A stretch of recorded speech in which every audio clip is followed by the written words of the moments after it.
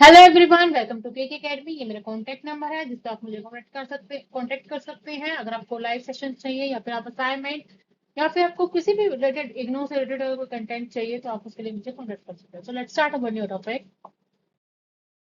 सो आज का हमारा टॉपिक है that is Albert Bandura.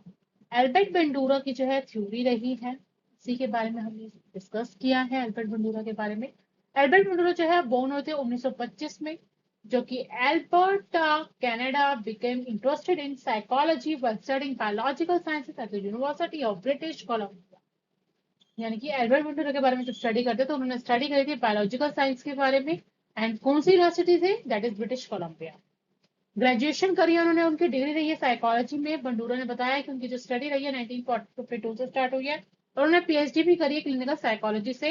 And साथ ही साथ उन्होंने कुछ लॉज भी क्रिएट करे हैं और प्रेसिडेंट भी रहे हैं अमेरिकन साइकोलॉजिकल एसोसिएशन के 1974 में।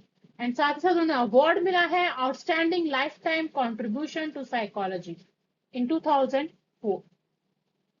In 1960, Bandura became known for his social learning theory, यानी कि SLT, that is social learning theory, जैसे हम शॉर्ट फॉर्म में कहते हैं SLT, जो कि बंडूरा ने क्या किया, इस पे वर्क किया है। उन्होंने बताया कि कैसे रीइंफोर्समेंट की जाती है और इंपॉर्टेंस की जाती है, जिस तरीके से आप चीजों को ऑब्जर्व कर रहे हो, क्या मॉडलिंग है, कैसे हमारे इमोशंस जो है वो इवोक हो रहे हैं, आपका एटीट्यूड कैसा है, आपका बिहेवियर कैसा है, दूसरे पर्सन के प्रति आप किस तरह से क्या कर रहे हो, चीजों को लर्न कर रहे हो। सो इन 1986 एसएलटी यानी कि सोशल लर्निंग थ्योरी 1986 की हम बात करें तो उसमें डेवलप हुई थी हमारी कॉग्निटिव थ्योरी।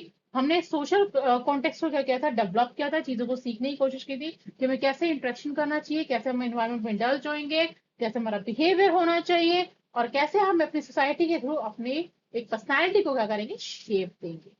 तो यही रिसर्च जो है बंडूरा की वो क्या करती है, आपको हेल्प करती है कि वो आप क्या कर सको, उनको जान सको कि एकेडमिक वो एक फादर रहे कॉग्निटिव थ्योरी की। कौन रहे? That is Albert Bandura. So social learning theory जो है वो क्या है, डेवलप हुई थी अल्बर्ट बंडूरा। ये तो हमने उनके जो ब्रीफ इंट्रोडक्शन पढ़ा है उसी में हमें पता चल गया है कि सोशल लर्निंग थ्योरी जो है डेवलप की गई है अल्बर्ट बंडूरा से। एंड साथ साथ उन्होंने चीजों को ऑब्जर्व किया है लोगों की कि कैसे वो क्या जो है वो क्या कर रहे हैं, इंपॉर्टेंस दे रहे हैं। ठीक है, इंपॉर्टेंस कैसे होंगे जब आपको पता चलेगा कि इमिटेशन कैसी है, मॉडलिंग कैसी है, रीइंफोर्समेंट किस तरीके से आप चीजों को क्या कर रहे हो और एक प्रोसेस को क्या कर रहे हो, चीजों को लर्न करने की कोशिश कर रहे हो। तो सोशल लर्निंग थ्योरी क्या कर रही है, आपको बता रही है कि कैसे आपका इन्वायरमेंट है, कैसे कॉग्निटिव फैक्टर्स हैं, किस तरह से वो इंटरेक्ट करते हैं ह्यूमन के लर्निंग एंड बिहेवियर के ऊपर। यानी कि एक ह्यूमन बीइंग के ऊपर निर्भर करता है कि वो कैसे चीजों को सीख रहा है, उसका कैसा बिहेवियर है और कैसे वो अपने इन्वायरमेंट में चीजों को एडजस्ट कर रहा है। तो सोशल लर्निंग थ्योरी जो है गाइस, वो हम थ्री पर्सपेक्टिव से पढ़ते हैं। That is one, attention, reproduction and motivation. अब आप कहोगे अटेंशन रिटेंशन मॉडल क्या है, रिप्रोडक्शन क्या है, मोटिवेशन क्या है, तो हम इसको वन बाय वन क्या करेंगे गाइस, डिस्कस करेंगे। सो आज का हमारा जो फर्स्ट है process, that one is attention. जब हम बात करें अटेंशन की तो आपको मालूम होगा हम काफी बार स्कूल्स में जो है स्टडी करते हैं कि हमें क्या होना चाहिए, जब हम कुछ भी स्टडी करें तो हमें अटेंटिव होना चाहिए, हमें चीजों को सुनना चाहिए, हमें चीजों को समझना चाहिए, ऑब्जर्व करना चाहिए, फोकस करना चाहिए एक दूसरे के बिहेवियर के ऊपर। तो ये प्रोसेस क्या कर रहा है, आपको हेल्प कर रहा है ताकि आप क्या कर सको, जिस भी डिस्ट्रक्शन, अगर मान लो किसी जो भी आपका एम है वहां से डिस्ट्रैक्ट हो रहे हो तो आप कैसे जो है उसको अटेंशन जो है वो गेन कर सकते हो। तो ये आपके बिहेवियर के ऊपर डिपेंड कर रहा है कि आप कैसे चीजों को अंडरस्टैंड कर रहे हो, कैसे ऑब्जर्व कर रहे हो, किस तरह कैसे एलिमेंट्स हैं, ये कैसे ऐसे एक्शंस हैं, अगर आपके पास कोई क्राइसिस आ रही है तो उसको कैसे सॉल्व कर रहे हो। फैक्टर्स इन्फ्लुएंसिंग अटेंशन, तो ऐसे कौन कौन से फैक्टर्स हैं? First one is that is interest level. Interest level जो है वो ह्यूमन बीइंग के ऊपर निर्भर करता है, उसका बिहेवियर कैसा है, उसकी नीड कैसी है, किस तरीके से वो इंटरेस्ट ले रहा है। Second point one is that is model characteristic. जब हम चीजों को ऑब्जर्व करते हैं तो हम क्या करते हैं, उसी ही इन्वायरमेंट में क्या हो जाते हैं, एंगेज हो जाते हैं। जब हम एंगेज हो जाते हैं हम देखते हैं कि उसका सिमिलर क्या है, ठीक है, अथॉरिटिव क्या है, अट्रैक्टिव क्या है। तो अट्रैक्टिव तभी होगा जब हम क्या करेंगे, चीजों को जानेंगे, चीजों को ऑब्जर्व करेंगे, उसमें क्या करेंगे, इनरोल्ड होंगे। Next one is that is novelty and complexity. जब हम नोवेलिटी एंड कॉम्प्लेक्सिटी की बात करें तो हमारे काफी सारे ऐसे बिहेवियर्स हैं जो हम क्या कर रहे हैं, कैप्चर करते हैं। ठीक है, अब कैप्चर कैसे करोगे? जब आप चीजों को अटेंशनली देखोगे, ठीक है, फोकसली चीजों को ऑब्जर्व करोगे, जब देखोगे कि उससे फैमिलियर वन क्या है। Consider classroom setting. काफी बार हम जब क्लासरूम में बैठे होते हैं तो स्टूडेंट्स को हम क्या कहते हैं कि तुम जो है अटेंशन लो, ठीक है, ताकि टीचर जो है वो देख सके, ऑब्जर्व कर सके कौन सा बच्चा जो है किस तरह से इंटरेस्ट ले रहा है, ये कैसे एक जब ये टीचर क्या कर रही है, चीजों को एक्सप्लेन कर रही है, तो कैसे एक स्टोरी को रिप्रेजेंट करिए, कैसे विजुअल एड्स उसने क्रिएट करे ताकि वो अपने कंसेप्ट को क्या कर सके, इजी बना सके, इंजॉयबल बना सके बच्चों के लिए, ताकि वो अपने आने वाले फ्यूचर में क्या कर सके, याद रख सके। तो एजुकेटर्स का काम क्या है कि चीजों को इम्प्रूव करना, स्टूडेंट्स की अटेंशन गेन करना, ताकि हम क्या कर सके, इंटरेक्टिव टीचिंग मेथडोलॉजीज लेकर आए, आई कांटेक्ट हो सके, ठीक है, लेसन्स को हम रियल लाइफ सिनेरियोज में लेकर आए, ताकि हमारे जो इंटरेस्ट है लर्नर्स का वो क्या हो सके, डेवलप हो सके। Process two, that is retention. जब हमने देख लिया कि हम क्या है, अटेंटिव है, तो हमें क्या देखना है, रिटेंशन। रिटेंशन इज कि हमें कितना कंसेप्ट, जब भी हम चीजों को ऑब्जर्व कर रहे हैं, तो हमें कितने कंसेप्ट जो है वो याद रह रहा है, या हमारे बिहेवियर पे कैसे वो इम्पैक्ट डाल रहा है, ठीक है। यानी कि हमें क्या करना है, हमें देखना है कि जो हमारा जो बिहेवियर है, हमारी जो मेमोरी है, वो कितनी ज्यादा जो है हमें उस कंसेप्ट को क्या कर रही है, कैच कर रही है। तो रिटेंशन क्या कर रहा है, आपको हेल्प कर रहा है कि आप किसी भी चीज को क्या कर सको, जान सको, ऑब्जर्व कर सको उसकी इंफॉर्मेशन को, और साथ ही साथ ट्रांसलेट कर सको अपनी ऑब्जर्वेशन को in a long term memory, and साथ ही साथ क्या कर सको, आने वाले समय पे उसको दोबारा से अप्लाई कर सको।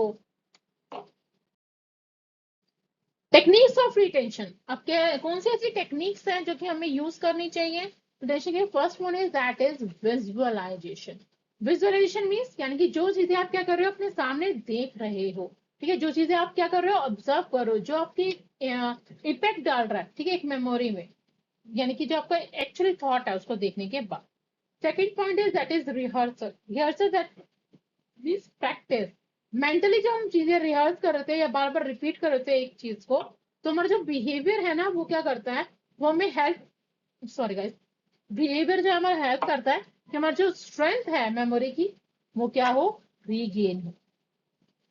Associative learning. Associative learning means हमें क्या करना है, हमें बिहेवियर को देखना है, कनेक्ट करना है, हमें नॉलेजेस देखनी है, हमें चीजों को कैसे हम क्या कर सकते हैं, चीजों को मैनेज कर सकते हैं। तो वो हमारे क्या, एसोसिएटिव लर्निंग क्या होती है, यानी कि आपको नए बिहेवियर्स के साथ क्या करना, इनरोल होना, न्यू नॉलेज गेन करना, साथ ही साथ हर एक चीज को मैनेज करने की टेक्निक्स जो है वो यूज करना। तो कुछ ऐसे प्रोफेशनल एथलेटिक्स हैं जो कि क्या करते हैं, वीडियोस एनालिसिस करते हैं, ऑब्जर्व करते हैं हमारी टेक्निक्स को, हमारी मूवमेंट्स को, हमारी मेंटल रिहर्सिंग को, कि हम कितनी ज्यादा प्रिपेयर हैं, कैसे हमारी इंप्रूवमेंट है, या फिर कहाँ कहाँ पे हमें जरूरत है कि हम उसको दोबारा से प्रैक्टिस के थ्रू जो है दोबारा से उसको क्या कर सके, एक अच्छे से रिप्रेजेंट कर सके, तो उनकी अपनी मॉडिफिकेशन कर सके अपने वर्क में। Next point is that teachers can boost retention by encouraging students to use mind map, summary notes और group discussion, reinforcing key concept। यानी कि एज अ टीचर हम क्या कर सकते हैं ऐसा जिससे जो है बच्चा जो है रिटेंशन ले, तो वो हम क्या कर सकते हैं, उससे उनके साथ ऐसे गेम्स खेल सकते हैं, माइंड मैप्स के, समरी नोट्स पूछ सकते हैं, ग्रुप डिस्कशन कर सकते हैं, ताकि उनका हमें पता चल सके कि बच्चों के जो है की कंसेप्ट क्लियर हुए हैं या नहीं हुए। Process third one is that is reproduction. Reproduction means reproduce होना, यानी कि हर एक चीज के ऑब्जर्व को कॉपी करना, लर्न करना भी है, ट्रांसलेट करना, ठीक है, यानी कि जो आपने चीजों को सीखा है आपकी मेमोरी में, तो आपको क्या एक्शन जो है वो आ रहे हैं, किस तरीके से आप चीजों को क्या कर रहे हो, ग्रैब कर रहे हो। तो अगर हम रिप्रोडक्शन को देखते हैं तो ये हमें फिजिकली भी हेल्प करता है, कॉग्निटिव भी एबिलिटी भी हेल्प करता है, ताकि हम बिहेवियर क्या कर सके, ऑब्जर्व, और कहीं जहाँ पे भी हमारी स्किल्स की जरूरत है तो हम अपने बिहेवियर को क्या कर सके, ऑब्जर्व कर सके। Skill level and practice. Skill level and practice जो है वो आपके बिहेवियर के ऊपर निर्भर कर रहा है कि आपका बिहेवियर कैसा है, ठीक है, physical ability, cognitive ability and practice. तो फिजिकल एबिलिटी क्या कर रही है, वो आपको बता रही है कि फिजिकली स्किल्स कैसी हैं, कैसे आप चीजों को लर्न कर रहे हो, कैसे एक मूवमेंट को, एक डांस मूव को जो है आप क्या कर रहे हो, रिप्रेजेंट कर रहे हो। कॉग्निटिव एबिलिटी यानी कि आप मेंटली कितना ज्यादा प्रिपेयर हो चीजों को सीखने के लिए, ठीक है। और प्रैक्टिस, प्रैक्टिस क्या है, लर्निंग बाय डूइंग, यानी कि आपकी परफॉर्मेंस के ऊपर डिपेंड कर रहा है कि आप कितनी ज्यादा जो है प्रैक्टिस कर रहे हो, एक एक्शन को, एक टास्क को, ताकि आप अपने गोल तक जो है वो पहुंच सकें। A student might observe a mathematics demonstration in class but needs repeated practice to solve similar problems independently. यानी कि अगर हमें देखना है एक बच्चा जब वो क्या कर रहा है मैथमेटिक्स की एक्टिविटी को ऑब्जर्व कर रहा है तो वो किस तरीके से प्रॉब्लम्स को क्या कर रहा है सॉल्व कर रहा है इंडिपेंडेंट खुद के बेस पे। Sorry guys. Next one is that is trainers. Trainers and educators can support reproduction by providing guided, practice, and hands-on activities and step-by-step instruction to help learners master their observation skill. यानी कि हमें देखना है कि जो हमारे trainers हैं या हमारे जो एजुकेटर्स हैं वो हमें किस तरीके से सपोर्ट कर रहे हैं ताकि हम चीजों को क्या कर सके प्रैक्टिस के थ्रू, ठीक है, एक गाइडेंस है वो प्रोवाइड कर सके अपने स्टूडेंट्स को, एक्टिविटीज दे सके, step by step instructions provide कर सके ताकि हमारी जो ऑब्जर्वेशन स्किल्स है मास्टर्स की वो हम क्या कर सके इनहेंस कर सके। Last point one is that is process 4, that one is motivation, and it's most important guys when we talk about Albert Bandura theory, social learning theory. The final process motivation determines whether the observer desires to reproduce the observed behavior. With motivation, even when learned behaviors may be replicated. यानी कि final process जो होता है ना guys वो motivation का होता है, जो कि क्या करते हैं आप काफी सारी चीजों को ऑब्जर्व करते हो, आप जो चीजें आप चाहते हो जो आपका गोल है, ठीक है, गोल को पाने के लिए जो आप चीजें क्या करते हो ऑब्जर्व करते हो अपने नियर बाय, तो वहां से जो आपको मोटिवेशन मिलता है दैट मीन्स आपका जो बिहेवियर है आप क्या कर रहे हैं आप चीजों को ग्रैब कर रहे हो, चीजों को सीख रहे हो। Motivation involves the reasons behind the decision to adopt or discard the observed behavior. It is influenced by the potential rewards or punishment associated with the behavior. यानी कि ये आपके मोटिवेशन के ऊपर निर्भर करता है कि आपके डिसीजन के ऊपर निर्भर करता है कि आपका जो बिहेवियर है, ठीक है, जो आपने ऑब्जर्व किया है वो एक रिवॉर्ड के लायक है या एक पनिशमेंट के लायक है। तो ये आपके बिहेवियर के ऊपर निर्भर कर रहा है, साथ साथ आपकी पोटेंशियलिटी के ऊपर भी निर्भर कर रहा है। तो अगर हम टाइप्स ऑफ मोटिवेशन की बात करें तो guys there are two types of motivation. First one is that is intrinsic motivation and the next one is that is extrinsic motivation. When we talk about intrinsic motivation means कि basically जब आपका खुद का interest होता है guys, ठीक है, personal satisfaction के लिए जब भी आप अपनी एंजॉयमेंट के लिए इंटरनली मोटिवेट होते हो that is an intrinsic motivation. Extrinsic motivation यानी कि जब हम क्या करते हैं अपने पीयर से हो गए, अपनी फैमिली से हो गए, अपने नेबरहुड से हो गए, हम क्या करते हैं मोटिवेट होते हैं, हमें अच्छा लगता है जब वो लोग प्रेज करते हैं या ग्रेड देते हैं या मॉनेटरी रिवॉर्ड देते हैं, फैमिली मेंबर्स हो गए आपके, तो that is an extrinsic motivation. Students are often more motivated to complete assignments when they receive positive feedback or extra credit.